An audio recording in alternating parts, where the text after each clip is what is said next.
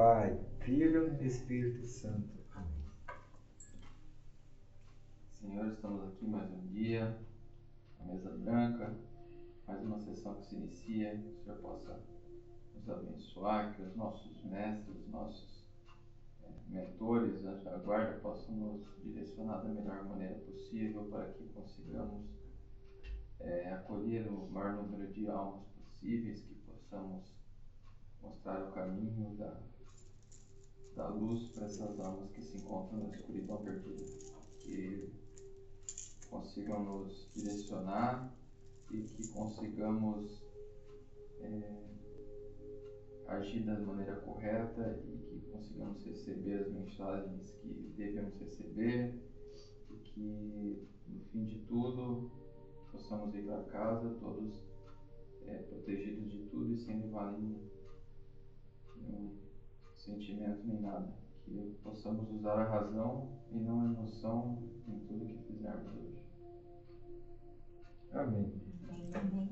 Um minuto de silêncio, levando nossos pensamentos para o Altíssimo, serenando a mente, coração, e colocando à disposição nossos corpos, para que eles possam receber, através de nossos anjos, nossa franja de luz, toda a mensagem necessária e poder acolher o que necessita da nossa ajuda. E para a sobra nossa energia, que a nossa nave, nossos parceiros que estão aqui em cima, consigam acolher essas almas perdidas, confusas.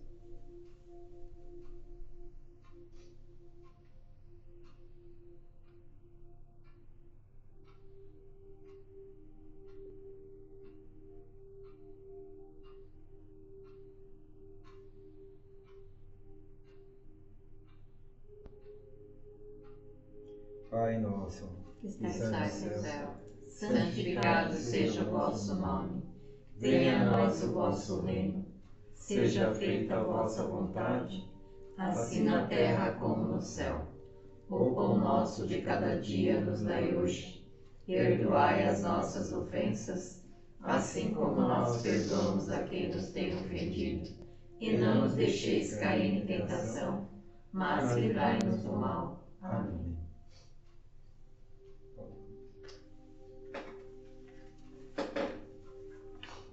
Qual o seu papel em nossa vida? Segundo a doutrina espírita, todos os homens que se empenham a seguir determinado caminho têm ao seu lado o amparo espiritual daqueles que, desencarnados, se propõem a ajudar os encarnados que têm o mesmo objetivo, crença ou propósito. Médicos, professores, atores, juízes, religiosos, todos contam com a parceria e orientação, embora muito sutil, do plano espiritual. Quem nunca recorreu a um amigo ou conselheiro para resolver determinadas questões? Para os médiuns não é diferente, pois estão imbuídos no compromisso que assumiram antes da reencarnação, servir de intermediários entre os dois planos da vida. E todos eles, sem exceção, contam com a presença de um guia espiritual. Já o papel de um mentor é muito parecido com o trabalho de um professor. Quando se aproxima de um médium, é pela sintonia de afinidade. E o seu papel, diferente do que muitos espíritos imaginam, não é o de proteger o seu pupilo, mas sim orientar e ensinar. A proteção espiritual fica a cargo dos espíritos protetores do médium. Normalmente é determinado pela espiritualidade. Até pode ser alguém da família ou amigos de outras existências e também do anjo da guarda. A função do mentor é exclusivamente de orientação espiritual. André Luiz os classifica como grandes almas, pelo papel desempenhado junto aos homens. Estão muito ligados à humildade e certamente ainda têm a possibilidade de retorno à carne. Não sabem tudo e estão empenhados em aprender e aproximar seus conhecimentos para melhor amparar os seus protegidos. Quando nós colocamos o exemplo do professor e o médium ele faz estilo mesmo o papel do professor, só que ele faz o papel do conhecimento da espiritualidade. O médium, ele sempre tem o orientador. Tem o orientador, é o mentor. Mas eu tenho mais afinidade com esse mentor ou com outro. Não, é o que é designado. Mas eu gostaria esse não, o que é designado. E o mentor e também o protetor não quer dizer que ele vem para nos proteger. Se eu faço maldade, eles não vão proteger. Mas quando nós chamamos lá, falando de luz, os mentores, para vir trabalhar, eles nos agradecem porque eles ganham pontuação. Claro que nós também ganhamos pontuação. Ali como fala o André Luiz, né? Todos nós temos um mentor ou mais. Mas não quer dizer que eu sou obrigado a ter 10 ou 20 mentores. A maioria por ali pensam que o mentor, o máximo 2. O nosso mentor protetor, que nós chamamos o mentor de frente, né? Nem sempre ele foi nosso parente, alguém da família. Geralmente, normalmente, são desconhecidos. Mas alguns por ali eles pregam que dizem que são geralmente parentes nossos ou conhecidos nossos. Não. Eu provo A mais B para você, para todo mundo. Esse paradigma eu quebro. A maioria, todos nós que temos mentores de frente, nunca foram conhecidos em nossas vidas. Eu sou prova viva disso também. Meu de frente é um preto velho. Eu nunca conheci ele antes. Mas a tua mãe também é a mentora da tua equipe, a tua falange.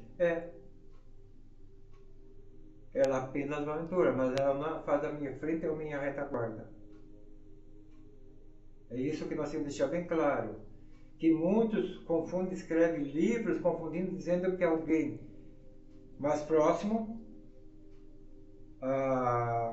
como era conhecido na Terra, ou da família. Claro, acontece muito. Conhecido próximo, ou da família, ele vem a como obsessor. Porque o que ele não fez na Terra, ele quer que nós fizemos.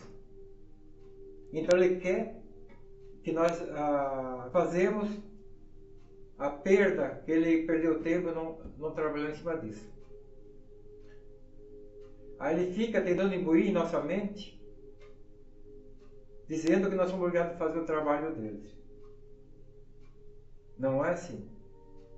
Aí se chama mais o obsessor. Por isso que às vezes nós fizemos exorcismo e às vezes é um parente ou um conhecido que está atrapalhando a caminhada daquele humano, daquele pupilo.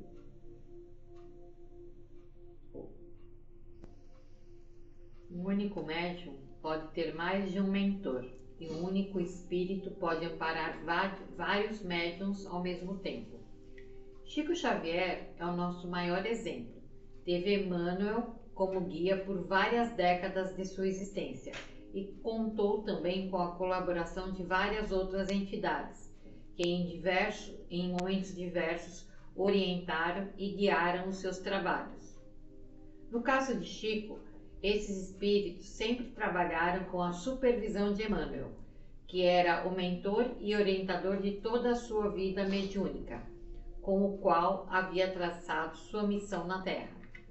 A importância deles em nossa vida. Se que as vejais perambulam em vosso meio, atuam em vossos atos, sem que vossos nervos visuais lhe registrem a presença edificante. É observarmos o sacrifício de tantos seres envolvidos que se consagram a sagrados labores no planeta das sombras, quais os da regeneração de individualidades obcecadas no mal, atirando-se com destemor às tarefas penosas, cheios de renúncia santificadora. Analisando as palavras de Emmanuel, entendemos que os mentores estão mais próximos de nós do que imaginamos, e sua interferência em nosso dia a dia vai além das orientações passadas através da intuição. Eles militam diretamente no plano material e usam esse trânsito livre entre os dois planos para auxiliar melhor os seus protegidos. O mentor sempre guiará seu pupilo nos caminhos certos e se afastará dele naqueles momentos em que o protegido se render à escolha com as quais o espírito não comunga. Há nesse caso uma divergência de ideias, normalmente ligada aos prazeres inferiores. O mentor costuma se reaproximar do médium quando ele apresenta a vontade de retornar ao caminho certo. Então, mas como nós comentamos, nem sempre o mentor nos acompanha quando nós começamos a nos desviar em caminhos não apropriados para a lei divina. No caso de Chico, quem era o mestre dele? Emmanuel. Assim nós aqui, quem é nosso mestre, nosso chefe? É o mestre Zen, né? Então, toda a falange de luz que nós temos, que temos já passa de 100, todos eles seguem as ordens do nosso mestre, que é o mestre Zen. No caso Chico era Emmanuel. E os demais seguiam mais ou menos as orientações de Emmanuel. Assim somos nós, os nossos mentores, guias de falange, nossos médicos, toda a nossa equipe de luz, nossos espíritos de luz, e seguem as orientações do mestre Zen. Allan Kardec perguntou sobre a possibilidade de um espírito abandonar o trabalho junto ao médium que não segue as suas recomendações. Obtém a seguinte resposta: ele se afasta quando vê que seus conselhos são inúteis e a vontade de aceitar a influência dos espíritos inferiores, os maus espíritos, é mais forte no seu protegido, mas não o abandona completamente e sempre se faz ouvir. É, porém, o homem quem fecha os ouvidos. O protetor volta logo quando é chamado. Anjos da guarda. O anjo da guarda é um espírito protetor, que pertence a uma ordem elevada. Segundo a doutrina espírita, sua missão é acompanhar o ser encarnado e ajudá-lo nas suas provas evolutivas. Todos os homens encarnados contam com a proteção desses seres, e em qualquer momento é possível recorrer ao seu amparo, pois ele sempre estará disponível para ajudar. Observação: mas se você não seguir as normas divinas, ele se afasta. Espíritos protetores. Os espíritos protetores normalmente são espíritos simpatizantes com o vivo, ou até familiares e amigos de sua vida. Isso é incomum. São espíritos que criam amor, fidelidade e compaixão. Estes em posição que lhes proporcione, mesmo que em determinados momentos, estar ao lado do encarnado lhe guiando, orientando e protegendo. Mestre Zen, mostrando que os mentores espirituais reencarnam na Terra para cumprirem suas missões junto à humanidade. Com todo o apreço que lhes devemos, é preciso considerar que são vanguardeiros do progresso, sem serem infalíveis. São grandes almas em abençoado processo de submissão, credoras da nossa reverência pelo grau de elevação que já conquistaram. Contudo, são espíritos ainda ligados à humanidade terrena, e em cujo seio de corporificação de novo no futuro, através do Instituto Universal da Reencarnação, para o desempenho de preciosas tarefas. Também temos exemplo de André Luiz. O exemplo do anjo da guarda é a mesma coisa, o exemplo dos guias mentores. Quando nós falhamos, ele se afasta e deixa nós seguir as nossas decisões errôneas.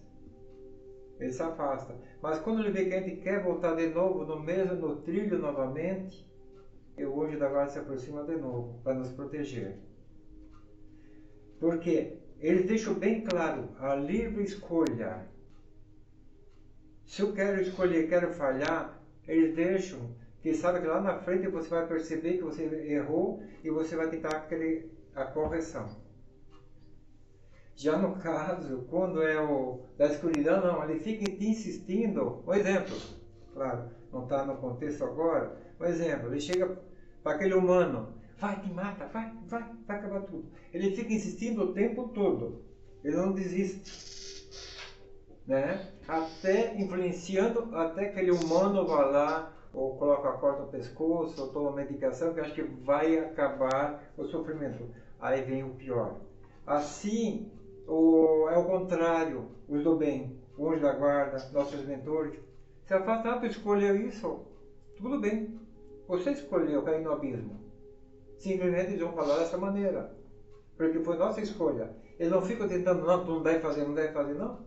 Vai lá, tenta para ver o que vai te acontecer. Eles deixam a nossa liberdade de escolha. Agora, da escuridão, não. Ele vai, porque ele quer mais um amiguinho lá na escuridão das trevas. Ele vai e insiste. Essa é a pequena diferença da escuridão e da luz. Então, mentores, guias e anjos, eles trabalham da mesma maneira. Deixam nós escolher a nossa liberdade da maneira que nós queremos. Se queremos sofrimento ou trabalhar, que parece que é um sofrimento, mas é a maneira de nos regenerar para amanhã depois ter um lugar bom. Ter um futuro lá no outro lado, excelente, na luz, no bem, sem sofrimento. Resumo de uma mesa branca. Como funciona? Não é um checklist como conduzir, ou uma sequência de orações. Cada caso é um caso. Cada um ora da sua maneira, que vê a necessidade do mundo do manifesto. Usar orações ou palavras para fazer pedidos, pedindo ajuda ao Altíssimo o necessário. Não adianta rezarmos de maneira bonita para mostrar que eu sei rezar, ou gritarias ridículas. Mas da maneira simples e com muita fé, que é isso que os nossos irmãos desencarnados precisam. Observação: manter-se na linha firme, mas com respeito o acolhimento. Eu amo as almas, as evoluídas e as das trevas também. Porque as das trevas, às vezes, não têm culpa de estar nas trevas. Porque aprenderam mentiras e mais mentiras aqui na Terra. Lavagem cerebral. Então, quando desencarnam, começa a turbulência da sua consciência. Começa a trabalhar no terror de medo que não vão para o céu e vão para o inferno. Pensa aquela turbulência na mente. Por isso que precisam de uma oportunidade através de nós para evoluir. Acalmá-los, orientá-los e enviá-los para a luz. Mas sim deixar bem claro que aprenderam no manual Bíblia é tudo farsa, falsa tradição criada. Então o morto ganha a confiança de você, ele começa a se relatar a verdade do outro lado, que é totalmente ao contrário. E ele se sente aliviado e acolhido sabendo que nós, humanos espirituais, que sabíamos dessa verdade. Geralmente há 3 tipos de irmãos desencarnados que vêm na mesa branca. O evoluído que nos passa mensagem, o que vem pedir ajuda e o que vem tentar desestruturar a mesa. Primeiro, o evoluído é um espírito de luz, que nos traz boas mensagens ou nos aconselha. Esses podem ser anjos ou santas almas, que classificamos espíritos da 6ª ou 7ª dimensão. Cada vez mais evoluídos em dimensões mais fortes eles são. Exemplo, nosso chefe, Mestre Zen. Ele chegou no máximo degrau e hoje tem luz própria. Por isso que nossos mentores agradeço quando os chamamos para trabalharem aqui na Terra. Mas o mestre da casa, a Mãe Aparecida, o responsável tem a mesma luz do Mestre Zen, o responsável da casa responderá. Quando eu falo ali, eu amo as almas da escuridão, nós devemos amar mais as almas da escuridão, mais os espíritos perdidos, mostrar que nós temos compaixão por eles, nós queremos ajudá-los. Porque já as santas almas, os mentores, os guias, eles já têm o conhecimento do lado bom. Ah, mas você é louco? Vocês são loucos querer dizer que vocês amam as almas da escuridão, os mortos da escuridão? Não. Porque estão lá perdidos, confusos, porque aprenderam aqui na Terra toda aquela tradição mentirosa que Deus te castiga, o diabo te pega. Quando nós morremos, a nossa consciência começa a entrar em turbulência.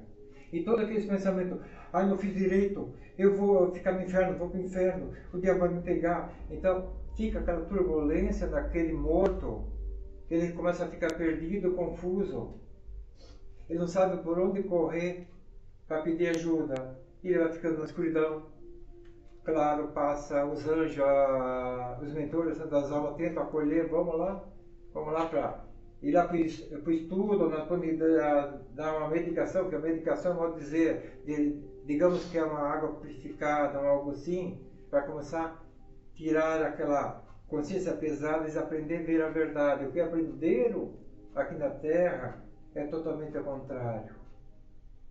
Para eles começar a ter alívio, por isso que nós falamos, tem o hospital de tratamento lá de lá, mas são com água cristalizada, essa parte toda, e orientando, não filho, o que você aprendeu lá, aquela tradição, não é verdade. É assim que funciona Deus, os anjos, essa maneira que funciona. E você agora vai estudar para também você ter todo o conhecimento dessa maneira.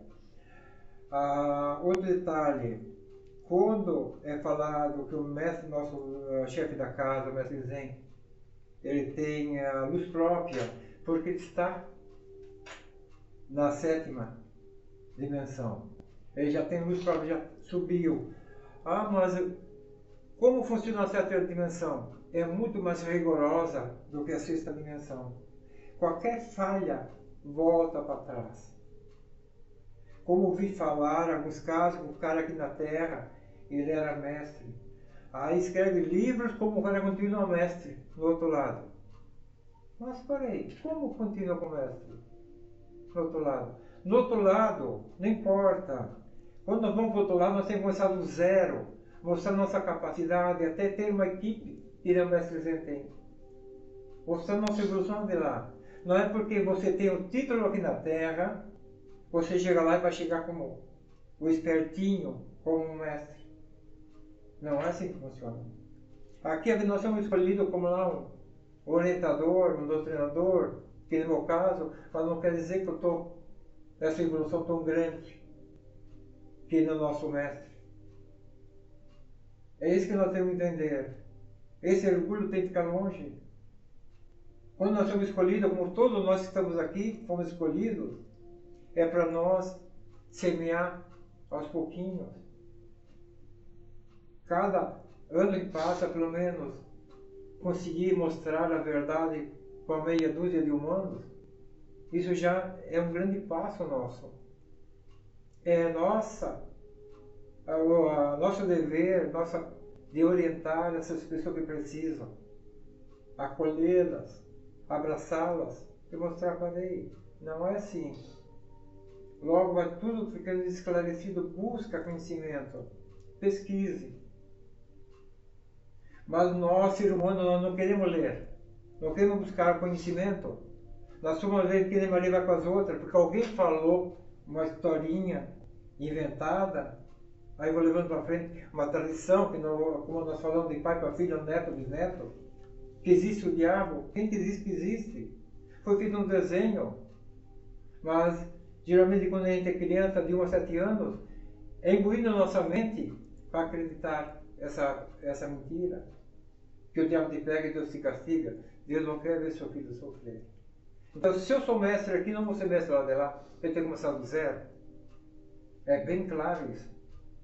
Jamais a gente pode ter ego. Aqui, como falo, nós somos todos iguais. Não tem ninguém maior do que o outro. Claro, tem alguém que faça a liderança, mas não quer dizer que ele é melhor do que os outros. É como li naquela texto que eu fiz em 2018, o mestre deixou bem claro. Para mim, qual que é a minha função? É ajudar a orientar. E não, às vezes, se eu ficar psicografando algo assim, Às vezes eu me concentro aqui e por isso está prestando atenção a algo que está acontecendo ao redor. Então, é isso que ele quis que eu separasse. Mas ninguém é melhor do que o outro aqui. Todos nós temos o mesmo poder, mesma força. E todos nós podemos benzer e abençoar os outros. E ser abençoados. O que vem pedir ajuda. Geralmente é um sofredor, que vive a dor da malevolência. Aflitos que vêm buscar ajuda, mas às vezes a dor e o sofrimento é muito grande, que a ansiedade os tira a voz.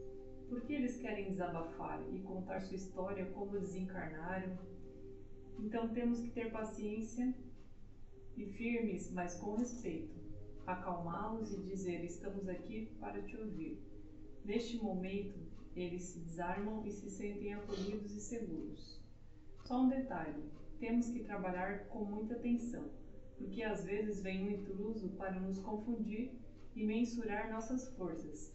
São os que conseguem se mistificar, se passando de coitadinhos. O que vem tentar desestruturar a mesa. Eles tentam vir para desestruturar a sessão. Então cabe a nós, o dirigente, argumentar se ele veio no lar é porque quer ajuda ou passar mensagem. Nesse caso, mostrar toda a serenidade e dizer: bom, você veio, então nós vamos te ajudar. Toda essa energia boa e oração estamos te oferecendo. Pode ficar aqui ouvindo. O dirigente terá que identificá-lo, que é o intruso, e usar pegadinhas para ele cair na armadilha e se sentir desarmado. Nunca responder aos questionamentos dele. Questioná-lo: o que tu fazias na terra? Qual o teu nome? Com esta empatia, terá como jogar um balde de água fria sobre ele. Cuidado, não discutir, não entrar na deles, pois é isso que eles querem. Devemos estar preparados com uma evolução de conhecimento da Escritura Sagrada e ter um caráter equilibrado, porque eles vão tentar mexer no teu passado. Eles são dedo duros, mas o dirigente pode proibir-os a falar. Observação: por isso que os padres e pastores, quando a manifestam, dizem que são demônios, porque os mortos da escuridão podem denunciá-los e falar segredos de suas vidas. Vixe, o da escuridão são astutos, para deixar aquele religioso de cara no chão. Isso.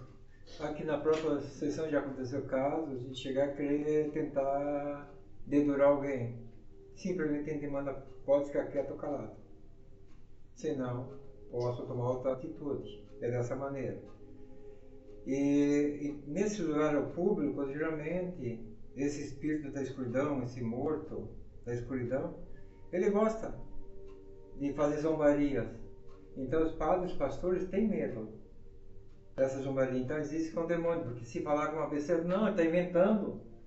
Eles querem botar vocês contra mim, alguma coisa assim. É isso que acontece. Por que que às vezes não acontece isso? Porque a gente trabalha com a afetividade, respeito.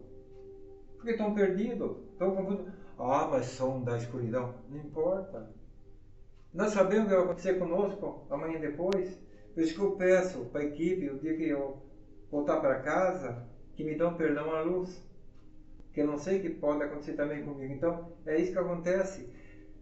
Ah, mas ele está na escuridão? Eu acho que ele era pessoa ruim, maldosa. Às vezes não, povo. Era uma boa pessoa.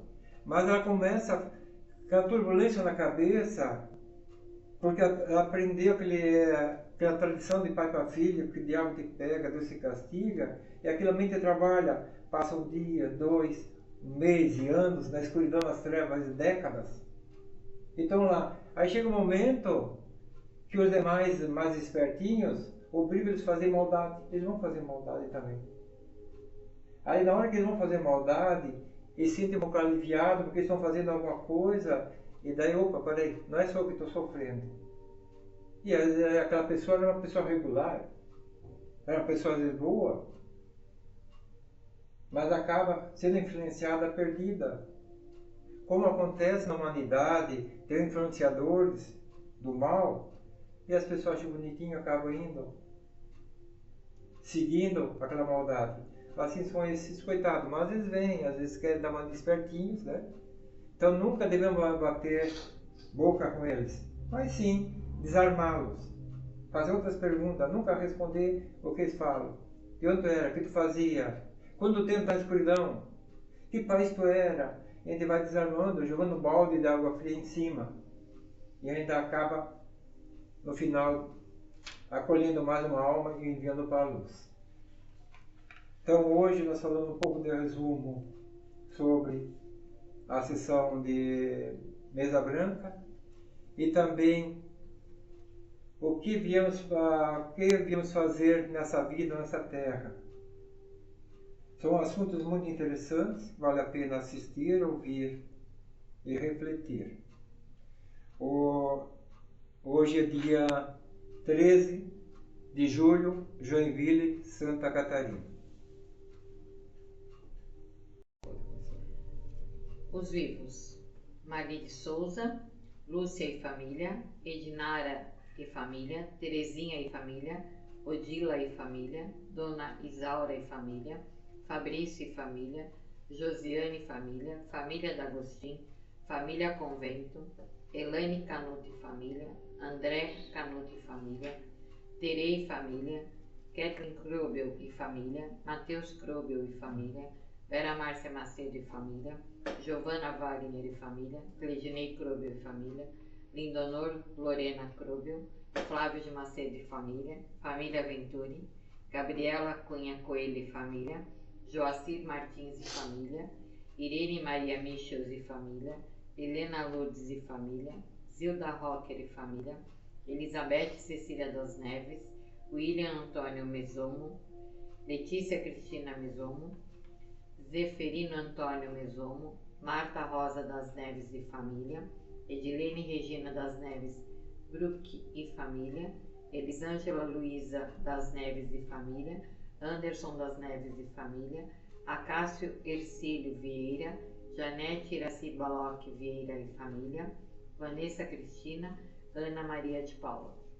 Pai, todos esses que estão pedindo tua bênção, tua ajuda, tua luz, eu peço a ti, meu Pai, que derrame a bênção e a luz a cada um desses teus filhos que estão pedindo ajuda tua, meu Pai, nessas orações. Cada um deles que às vezes estão sofrendo por ansiedade, por dores, doença, eu peço a ti, meu Pai, que tire essa ansiedade, acalme a mente, serene o coração, e esses com enfermidades, que sejam queimadas essas enfermidades, meu Pai, que seja levada para o fundo do mar. Só Tu pode, meu Pai, fazer isso, abençoar cada um desses que está pedindo a Tua ajuda através de nós, que sejam abençoados, purificados e acolhidos por Ti, meu Pai, e que seus lares sejam abençoados, cristalizados com a Tua bênção, Tua, meu Pai, e nossa Mãe Maria Aparecida. A cada um nesse instante estão recebendo essa bênção Sua, que se sintam acolhidos e abençoados, que assim seja. Os mortos ou desencarnados: Adilson Honorato, Wilson das Neves, Cláudio Henkel, Iraci Duarte Baloc, Arno Vieira, Joaquim Emanuel Coelho, Maria Júlia Baloc, Ercílio Elias Vieira, Maria Polidoro Mesomo, Antônio Mesomo, Fábio de Souza Júnior. Pai, esses que já voltaram para os teus braços, eu peço que conceda cada vez mais a luz e o perdão nessa nova caminhada, que consigam seguir em frente nessa luz e logo estar trabalhando na nova missão que receberão. Claro, agora estão na caminhada, alguns ainda, outros já estão lá na frente, já bem preparados, para que logo voltem para a nova missão, ou na Terra, ou ser orientadores de alguém. Todos esses passaram, claro, por sofrimento, mas como Tu, meu Pai, acolhesse eles nos Teus braços, estão se sentindo acolhidos, acalentados e seguindo nessa nova missão, que assim seja. Amém.